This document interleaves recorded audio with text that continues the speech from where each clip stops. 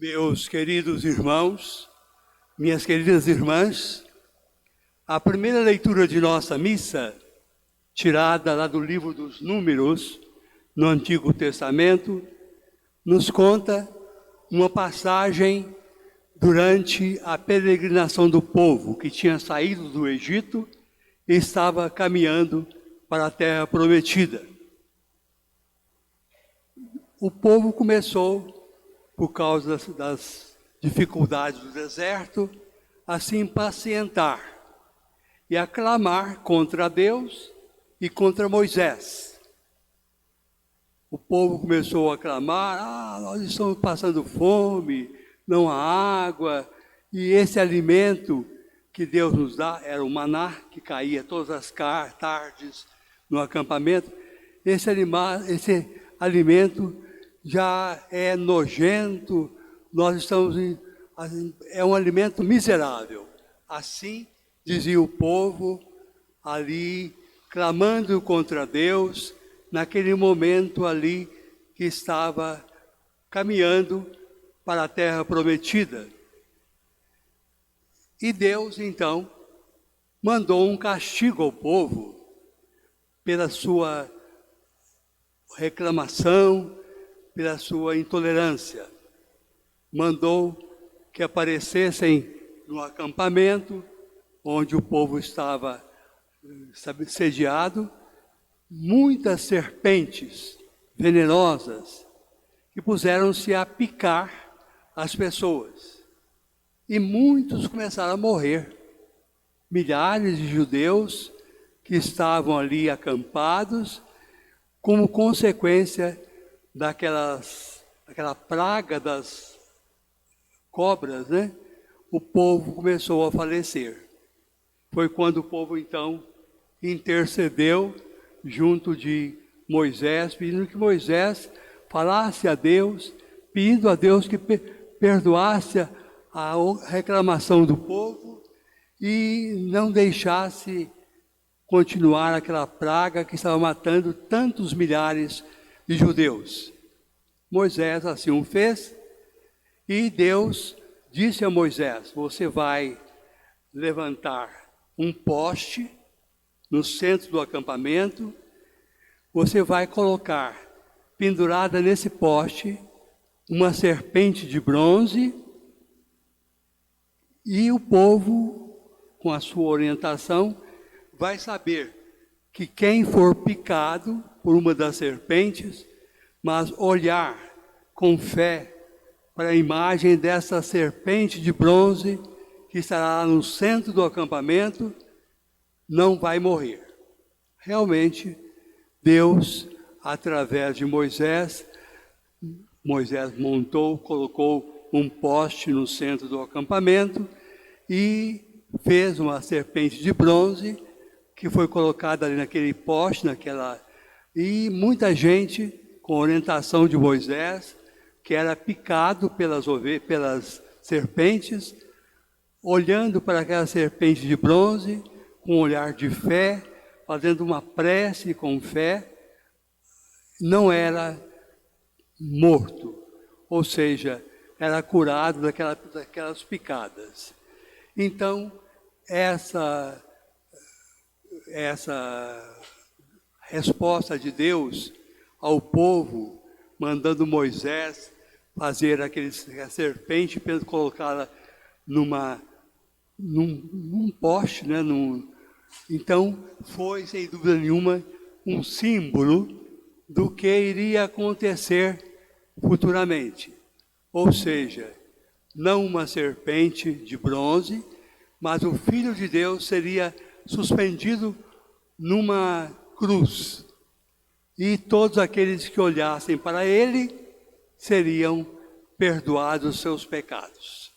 Essa promessa de Deus é lembrada na conversa de Jesus com Nicodemos. O evangelista São João, logo no início do seu evangelho, capítulo 2 e 3, vai dizer que houve um homem chamado Nicodemos, que marcou com Jesus uma audiência foi se encontrar com Jesus certa noite, e lá, nessa conversa com Jesus, ele vai se receber várias orientações de Jesus e vai saber que o Filho do Homem, quer dizer, ele, Jesus, seria um dia levantado numa cruz para que todos que olhassem para ele fossem perdoados e não morressem.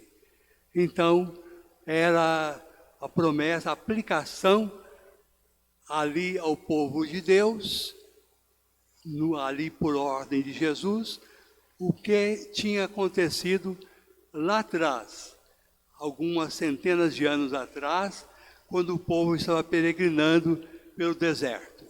O símbolo daquela serpente de bronze seria então concretizada quando Jesus fosse elevado na cruz e fosse para todos um sinal de salvação. Então, meus irmãos, minhas irmãs, hoje nós celebramos a exaltação de Jesus na cruz. Ele vai ser elevado na cruz, conforme Jesus disse a Nicodemos, e o diálogo de Jesus com Nicodemos vai exatamente informar aquele homem de Deus que o Filho de Deus seria o sinal de salvação para todos. Jesus Cristo seria levantado na cruz como um sinal de salvação. De tal modo Deus amou o mundo que entregou o seu Filho único, para que não morra todo aquele que nele crer, mas tenha a vida eterna. Disse Jesus a Nicodemos naquele seu diálogo narrado pelo evangelista São João. Então, a cruz de Jesus vai ser um instrumento de vida. A cruz era um sinal de amor. Se nós queremos perguntar o que a cruz significou na vida do povo de Deus, sem dúvida nenhuma, significou o amor do Pai. Deus entrega o seu Filho em favor da salvação de todos. Então, meus irmãos, seja a cruz hoje também para nós um sinal de salvação e de amor de Deus. Eu vou ler aqui um soneto de Gregório de Matos sobre o Cristo crucificado. Gregório de Matos, um grande poeta português, fez esse soneto intitulado Ao Cristo Crucificado. E diz esse soneto: a vós correndo vou, braços sagrados, nessa cruz sacrossanta descobertos, que para receber-me estáis abertos, e para não castigar-me estáis cravados. E vós, divinos olhos eclipsados, de tanto sangue e lágrimas cobertos, pois para perdoar-me estáis despertos, e para não condenar-me estáis fechados. A vós, pregados pés, por não deixar-me, a vós, sangue vertido, para ungir-me, a vós, cabeça baixa, para chamar-me, a vós, lago potente, quero unir-me, e vós, cravos precisos, quero atar-me, para ficar unido, atado e firme. Então, Jesus Cristo na cruz, com os braços abertos, Ele está sendo para todos nós um instrumento de salvação. Há um outro soneto de um autor brasileiro que se refere à cruz do Senhor, dizendo, chamando Jesus na cruz como nosso caminho e nossa vida. Bendito sejas tu, assim pendente, braços abertos e na cruz pregados. Do teu sangue, uma gota, uma somente, redimiria todos os pecados. És o Filho de Deus onipotente, cujos méritos viste amesquinhados, vítima augusta, vítima inocente do mais injusto e cruel dos atentados. Mãos laceradas, pulsos contundidos, fronte cheia de espinhos, peito aberto, olhos cerrados, lábios sem gemidos. Quanto sofreste, Marte extraordinário, e os que hoje mais te odeiam foram, certo, por quem mais padecestes no Calvário.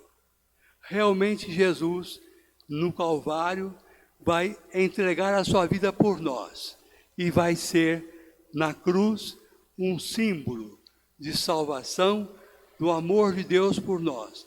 Deus tanto amou o mundo que entregou seu Filho único por nós. Jesus disse, e o Evangelho de São João narra isso no capítulo 10, que ninguém dá maior amor a alguém do que aquele que entrega a sua vida pelo amigo. E Jesus fez isso por nós.